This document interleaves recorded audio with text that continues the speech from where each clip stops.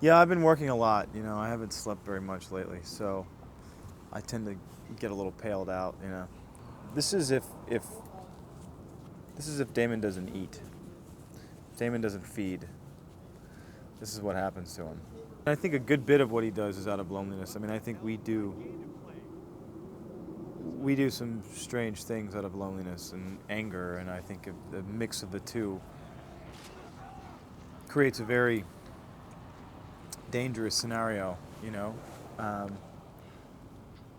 But also too, you know, there was a funny. Have you ever read the book Outliers? Do you know Malcolm Gladwell? He wrote Blink, The Tipping Point. He was a phenomenal author. Anyway, in Outliers, it's this book it's called it's a story of success. Basically, he outlines very successful people in the world and how they work. But there's one excerpt in it about comedians. The funniest comedians are either Canadian or African American. And the interesting thing is that being a minority creates a sense of humor. You have to have humor to find something life funny when you are facing any sort of adversity in life, whether it be nationalization or prejudice, whatever it is. Having said that, kind of off on a weird tangent, but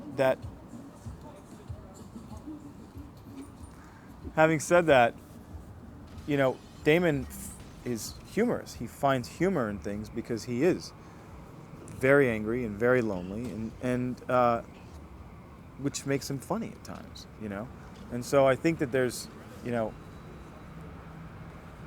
there are a lot of layers that go in to making this guy why he is the way he is. And at first sight, yeah, he could just appear to be pretty mean. But I think maybe if you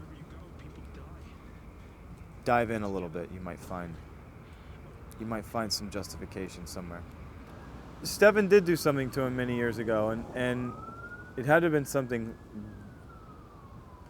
pretty bad to be ticked off about it 145 years later. The crow is interesting. It's really neat to see hang out with that bird. He's a craven. He's half crow, half raven, and a really beautiful bird. And I mean, it's amazing how they train this thing. He basically speaks human language. But it's interesting and trying at times, especially when the clock is ticking and can't get the bird to fly the right place. He's starting to. He's trying. I mean, he's tried since day one, or he's had his eye on her. Don't know if it's going to work, but he's going to try. Caroline, sweet Caroline. It's interesting. The interesting thing about playing a vampire is the fact that you lose the sort of human restraints that you would have. You're not prohibited to do very much physically. That lends itself to being a lot of fun, but it also lends itself to basically being able to do whatever you want. And so imagine a character who has mind manipulation powers, I can look at you and make you do whatever I want. I mean, how cool is that? So the Caroline thing, we will see. We will see what happens with that. But it's cute, and it's funny and sad all at the same time. So having fun is good. And I haven't played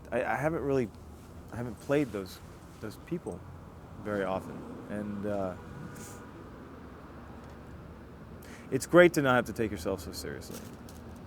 You know what I mean?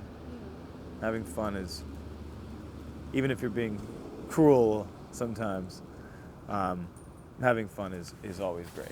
Going to work and knowing that you're going to be having fun all day is